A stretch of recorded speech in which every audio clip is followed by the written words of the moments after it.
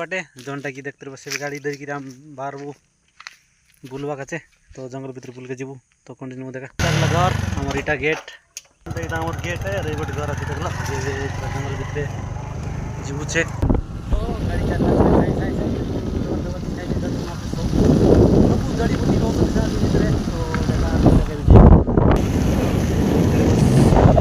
रास्ता माटी रास्ता तो ये बाटे सब नीलगिरी गछ साथे 10 किलोमीटर करके मोर और गोटे प्लांटेशन जोटा कि वर्ष लगाइला सब प्रकार गछ जो चंपा फूल और सब प्रकार तो जंगल गछ सब लगाइला बैकग्राउंड देखते बादल केते सुंदर बढ़िया सुंदर देखते तो यहाँ सेन बोड़ा यहाँ गेट एंट्री लगाइला